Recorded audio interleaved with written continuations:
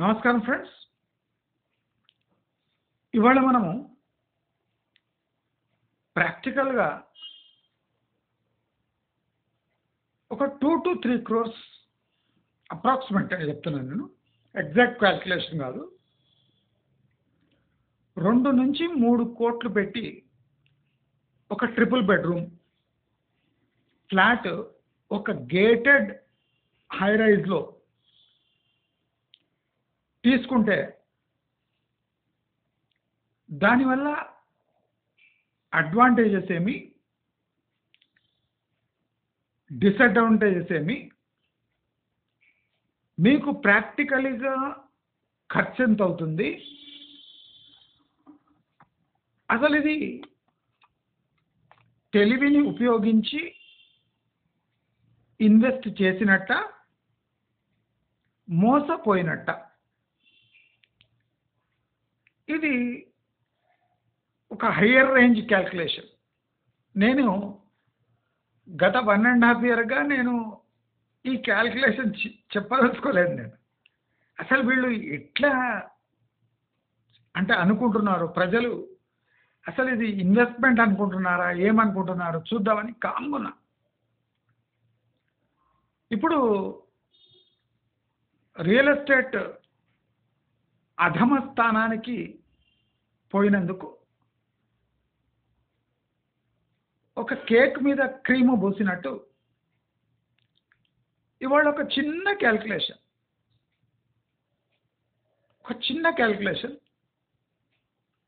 ఒక చిన్న life style calculation మీకు చెప్తాను.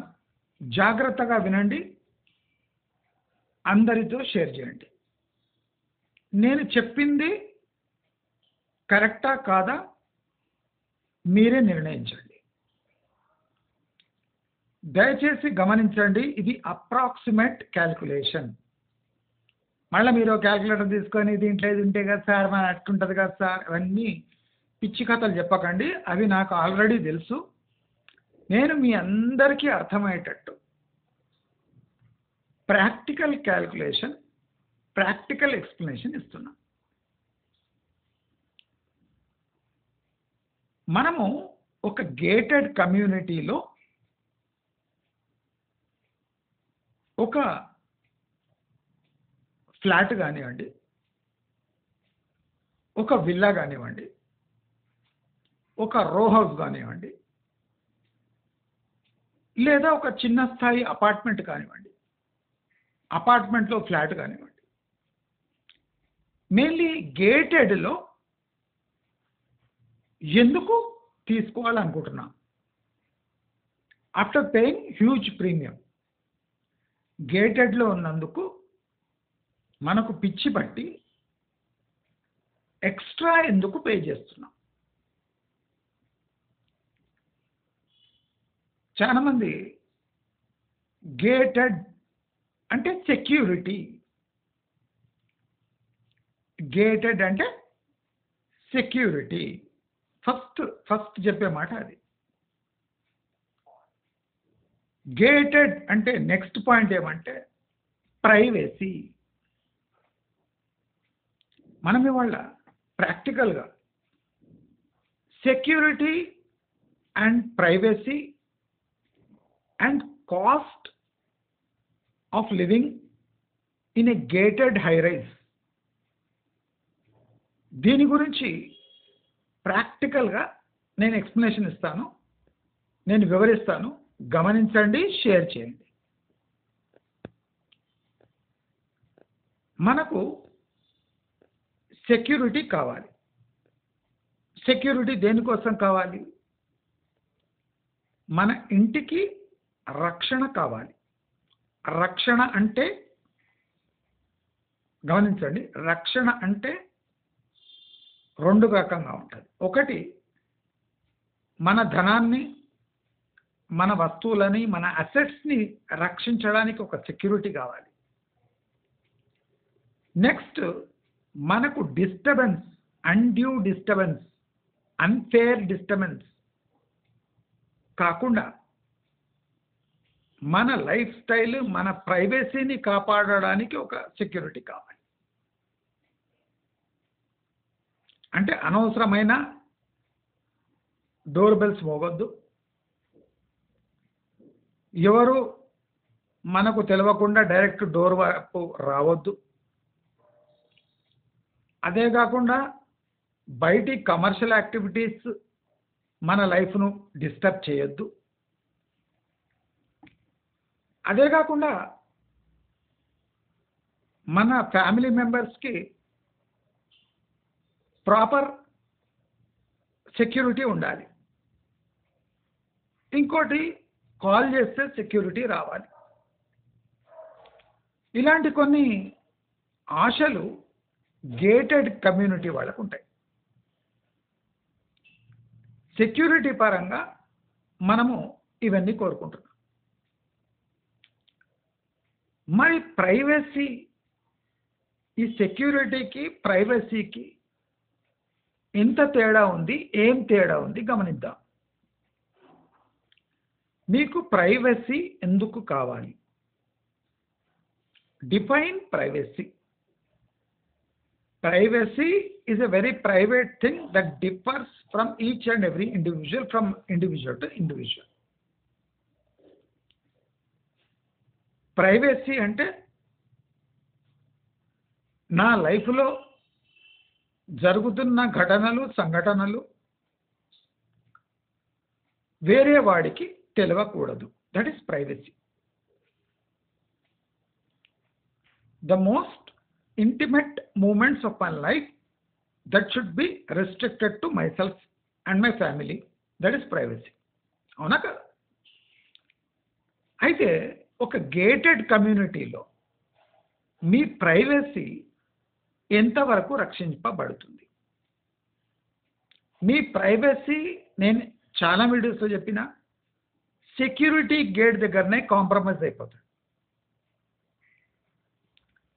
ప్రైవసీ అనే టర్మ్ మీ సెక్యూరిటీ గేట్ దగ్గరనే మీ ప్రైవసీ కాంప్రమైజ్ అయిపోతుంది. అక్కడనే సెక్యూరిటీ అడుగుతాడు, మీరు ఎందుకు వచ్చిండ్రు, మీరు ఆ ఫ్లాట్కి ఎందుకు పోతున్నారు, మీరు ఏమవుతారు.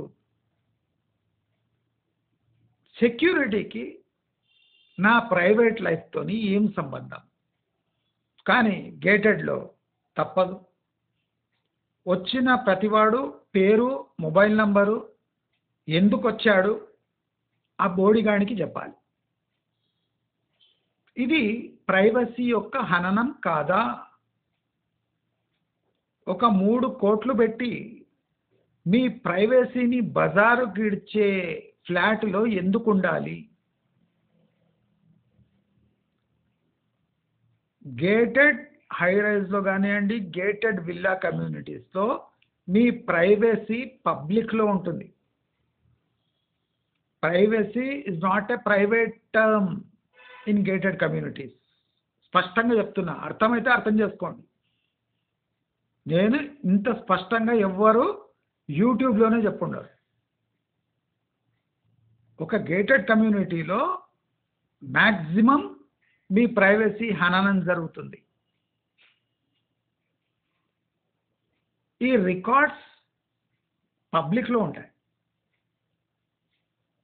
ప్లస్ మీ ఎంట్రన్స్, పబ్లిక్ ఎంట్రన్స్ ఉంటుంది. మీ ఎంట్రన్స్ ఒక ఫ్లాటు ఇంకో ఫ్లాట్ ముందే ఉంటుంది. ఎవరైనా మీ ఇంటికి వచ్చే పోయే వాళ్ళను అబ్జర్వ్ చేయొచ్చు. మీరు ఏదైనా ఫంక్షన్ చేసుకుంటే అడ్వాన్స్లో సొసైటీ మెంబర్స్కి, సెక్యూరిటీకి, మెయింటెనెన్స్ వాళ్లకు ఇన్ఫార్మ్ చేయాలి. ఇది ఎక్కడ ప్రైవసీ? సెక్యూరిటీ అంటే మనం అర్థం చేసుకోవచ్చు. మీకు అన్డ్యూ డిస్టర్బెన్స్ కాకుండా గేట్ దగ్గరనే స్కాన్ చేసి మీరు అలౌ చేయమంటేనే చేస్తారు. అయితే ఇలాంటి ప్రైవసీ, సెక్యూరిటీ కోసం మనం ఎంత ఖర్చు పెడుతున్నాం? నేను ప్రాక్టికల్గా ఇప్పుడు చెప్తా, మీరు మీ సొంత బుర్రతో ఉపయోగించండి, ఈ విషయాన్ని గమనించండి. సపోజ్ ఒక 3 కోట్లేసి మీరు ఒక గేటెడ్ కమ్యూనిటీలో ఒక ఫ్లాట్ కొంటున్నారు ఆన్ బ్యాంక్ లోన్. 3 కోట్లు ఏటా 9% మీరు ఇంట్రెస్ట్ వేసుకుంటే సుమారు సుమారు 9%. నేను ఎక్కువ తక్కువ ఏమంటలేదు. 9% మీరు దీని లెక్క వేసుకుంటే 27 లక్షలు ప్రతి ఏటా ఒక ఈఎంఐ రూపంలో కట్టాలి. ప్రతి ఏటా 27 లక్షలు ఈఎంఐ రూపంలో కడుతున్నారు. రాసుకున్నారా? రాసుకోండి. అదీగాక ఈ ఫ్లాట్కు మెయింటెనెన్స్ రూపంలో ఒక 3 కోట్ల ఫ్లాట్కు కనీస ధర 10 నుంచి 15,000 మినిమం మెయింటెనెన్స్ ఉంటుంది. 15,000 మెయింటెనెన్స్ ఉంటుంది. అంటే ఇంటి వాల్యూ ఈఎంఐ రూపంలో చెల్లించేది కాక మెయింటెనెన్స్ 15,000 రూపాయలు ఉంటుంది. అదీగాక annual charges plus security deposit plus మీరు ఆ గేటెడ్ కమ్యూనిటీలో అక్కడ ఉన్నందుకు ఒక పర్టికులర్ గేటెడ్ కమ్యూనిటీ ప్రైవసీతో ఉన్నందుకు మీకు మీరు ఊహించని అసౌకర్యాలు, ప్రైవసీ హననాలు ఇవన్నీ ఉంటాయి. అంటే సంవత్సరానికి 27 లక్షలు కట్టి నెలకు 15,000 రూపాయల మెయింటెనెన్స్ కట్టి ప్రైవసీ హననం. మీరు ఎందుకుంటున్నారు అక్కడ? ఫర్ సెక్యూరిటీ అండ్ ప్రైవసీ అని క్లియర్గా మీరే చెప్తారు. కరెక్టా? కరెక్ట్, శబాష్. అయితే మీరు 27 లక్షలు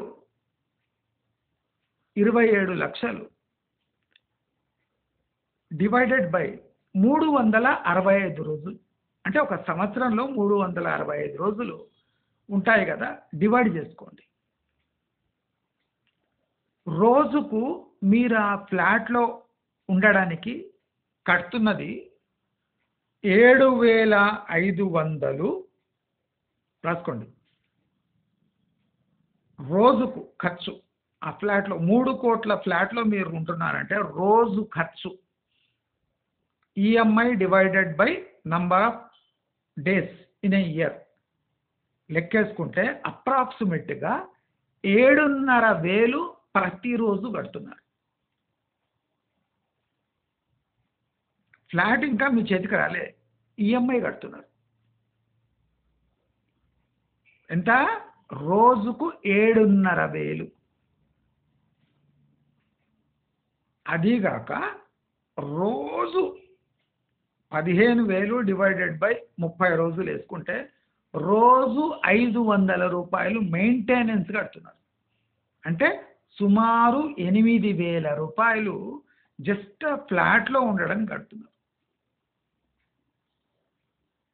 7,500 ప్రతిరోజు ప్లస్ 500 మెయింటెనెన్స్ ప్రతిరోజు, సుమారు 8,000 రూపాయలు ప్రతిరోజు ఆ 3 కోట్ల అపార్ట్మెంట్లో ఫ్లాట్లో ఉండడానికి మీరు చెల్లిస్తున్న అద్దె, రోజువారీ అద్దె.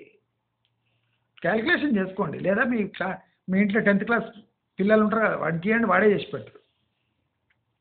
బాబు ఇట్లా చెప్తున్నాడు, ఈయన చెప్పినట్టు క్యాలిక్యులేట్ చేయంటే చేసి ముఖాన కొడతాడు. మీ బాబే, మీ అమ్మాయే కొడుతుంది ముఖం మీద. చూసుకోండి ఎట్లుంది లెక్క అని. కరెక్టా లేదని అడిగితే వాడే చెప్పేస్తాడు, పిల్లగాడే చెప్తాడు కరెక్టే డాడీ, కరెక్టే మమ్మీ అంటాడు. ఇంత ఈజీ లెక్కలు మీరు తెలుసుకోలేకపోయినా సన్నాసులారా అని మిమ్మల్ని తిడతారు. 8,000 రూపాయలు ప్రతిరోజు. అది కాకుండా పిల్లల స్కూల్కు టు అండ్ ఫ్రో, మీ ఆఫీస్కి టు అండ్ ఫ్రో, మీ షాపింగ్లకు టు అండ్ ఫ్రో. అంటే మీ గేటెడ్ కమ్యూనిటీస్ ఎక్కడనో దూరం ఉంటాయి, సిటీ సెంటర్లో ఉండవు. మీ గేటెడ్ కమ్యూనిటీస్ ప్రైవేసీ కదా, green environment, eco friendly living కదా మీరు. ఎస్టీపీ నీళ్లు కదా మీరు యూజ్ చేసేది. అందుకోసం సిటీ కొద్దిగా దూరంలోనే ఉంటాయి. దాన్ని ఏమంటారు? Peaceful living, eco friendly living, living in a Paradise అని ఒక కొటేషన్ చేస్తారు. మీరంతా అబ్బా అబ్బా అంటారు. 3 కోట్లు ఇచ్చి మీరు అడవిలో ఉంటున్నారు, శబాష్. అయితే మీ రోజువారీ ఖర్చులు, గ్రాసరీస్ ఖర్చు అంటే తిండి, పోయి రావడము, ఈ ఖర్చులు నేనేం లెక్కేస్తలేదు. ఏం లెక్కేయకుంటే రోజుకు మీరు ఆ ఫ్లాట్లో ఉండడానికి 8,000 ఖర్చు చేస్తున్నారు. రాసుకున్నారా? రాసుకోండి, ఇంకా ముందుంది కథ. సరే, దీన్ని ఏం వాదిస్తారు? ఇది మేము కొనుక్కుంటున్నాం కదండి, దిస్ ఈజ్ అన్ అసెట్ అంటారు. This is not an asset. You are paying your liabilities for next 20 years. మీకు అకౌంట్స్ తెలియదేమో, మూర్ఖులేమో, నేను చెప్తున్నా. అసెట్, అసెట్ దేన్ని అంటారు? What is an asset? Practically what is an asset అంటే మీకు అది పెట్టుబడిపై వచ్చే ఆదాయం ప్లస్ ఏం రాకపోయినా ఫ్యూచర్లో దాన్ని రేటు బాగా పెరిగి మీ ఆస్తిలో భాగం. అసెట్ అంటే ఆస్తిలో భాగం. అప్పులు తీరుస్తుంటే అది ఆస్తి ఎలా అవుతుందో ఒక్కసారి మీ చదువును ఒక్కసారి పేజీలన్నీ తీసేయండి. అప్పును మీరు అసెట్ ఎట్లా అంటారు?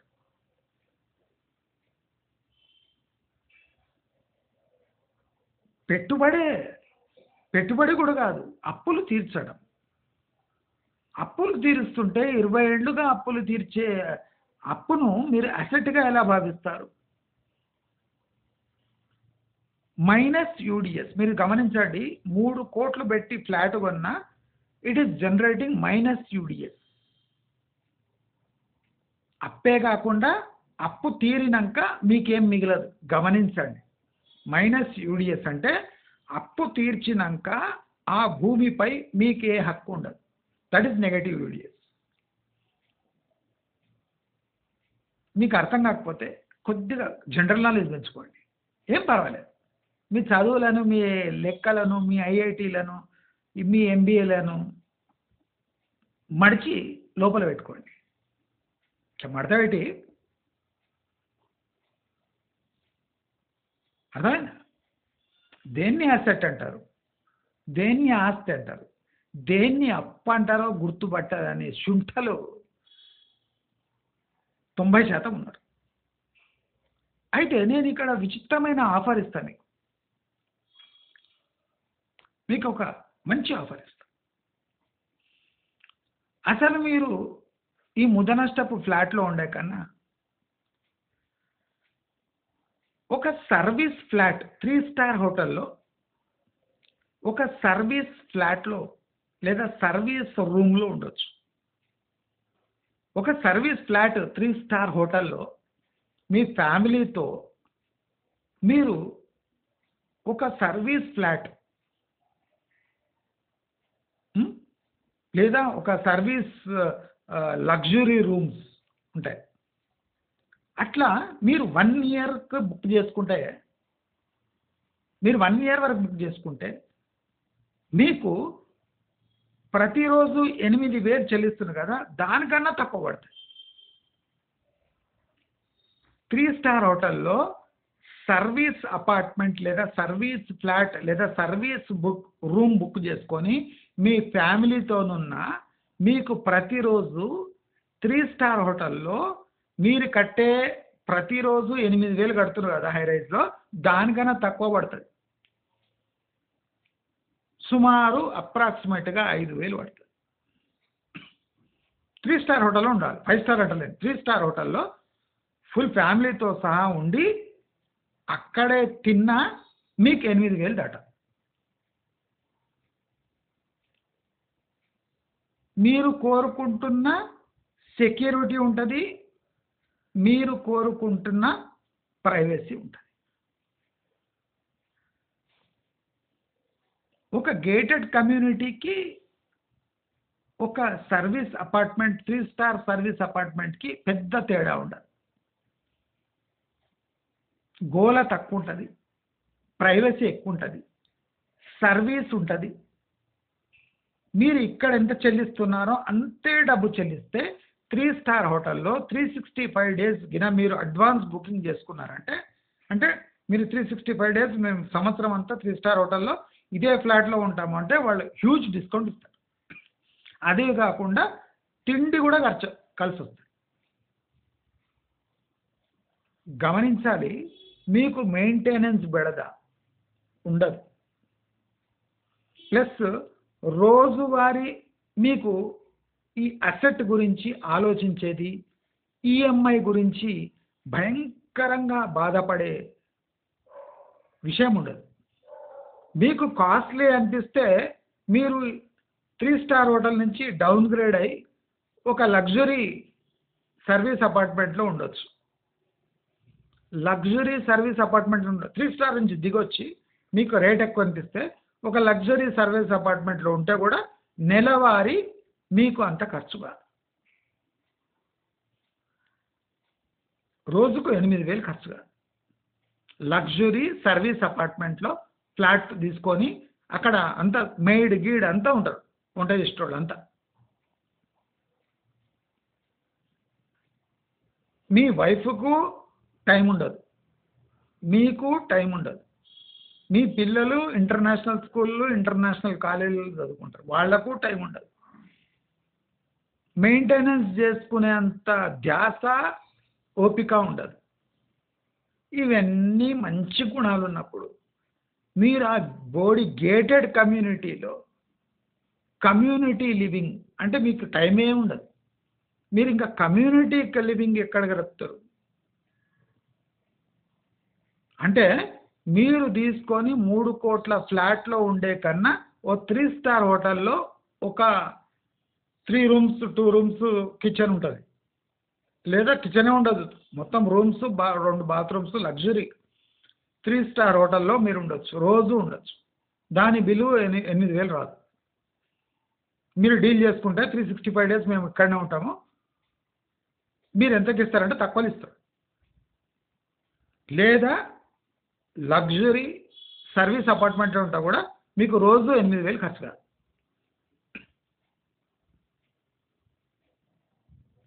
అవునా కదా? నేను చెప్తుంది కరెక్టా కదా? మరి మీరు ఒక ఫ్లాట్ గేటెడ్ కమ్యూనిటీ తీసుకొని 3 కోట్లకు ఫ్లాట్ తీసుకొని ఈఎంఐ కట్టలేక, ఈఎంఐ కడితే కూడా ఎస్టీపీ నీళ్లు తాగుకుంటూ ఎస్టీపీ నీళ్లు వాడుకుంటూ ప్రతి నెల మెయింటెనెన్స్ కట్టి సెక్యూరిటీ డిపాజిట్లు పెట్టి ఎక్కడి నుంచో కారు వేసుకొని 10 కిలోమీటర్ల ఆఫీస్కి వెళ్ళి ఇలాంటి ముదనష్టపు బతికే కన్నా ఒక సర్వీస్ అపార్ట్మెంట్ లేదా 3 స్టార్ హోటల్లో ఒక రూమ్ తీసుకొని భార్యాభర్తలు ఒక పిల్లగాడు ఆరాంగా సుఖంగా ఉండొచ్చు. లిఫ్ట్ ఉంటుంది, నో మెయింటెనెన్స్, అంత హోటలే చూసుకుంటుంది. ఎస్టీపీ వాటర్ రాదు, ట్యాంకర్ వాటర్ వస్తుంది. అక్కడ డబ్బులు కడుతున్నారు కదా మీరు, డబ్బులు కట్టినందుకు 3 స్టార్ హోటల్ వాడు ట్యాంకర్ వాటర్ ఇస్తాడు, మినరల్ వాటర్ సప్లై చేస్తాడు. మీరు బెల్లు కొడితే మీ దగ్గరికి మీరు అనుకున్న ఫుడ్ వస్తుంది.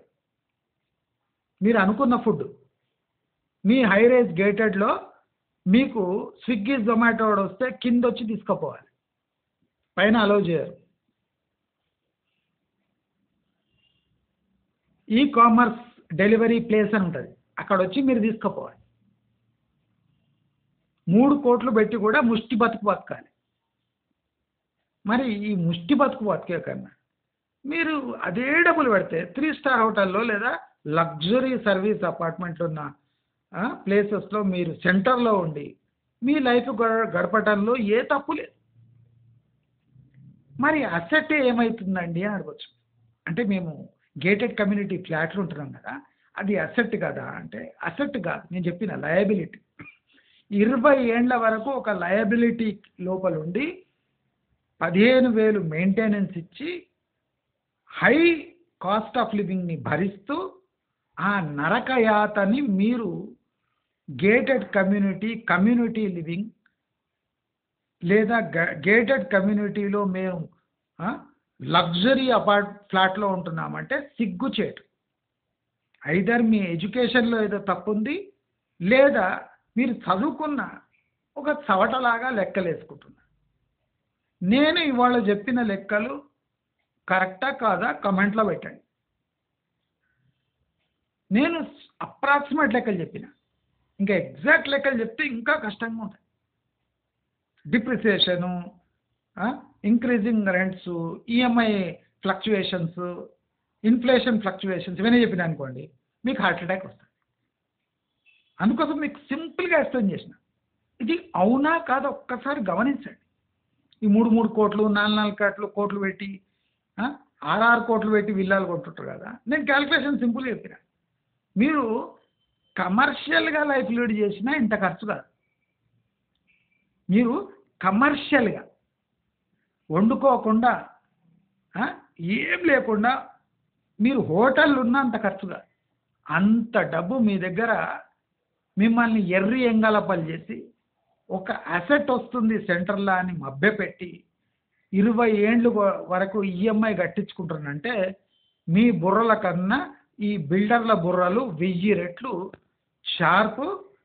మీ ఎడ్యుకేషను రోడ్లు ఊడడానికి కూడా పనికిరాదు అని తెలియజేసుకుంటూ, మీకు ఈ వీడియో నచ్చినట్టయితే లైక్, షేర్, సబ్స్క్రైబ్ చేసుకోండి. నమస్కారం.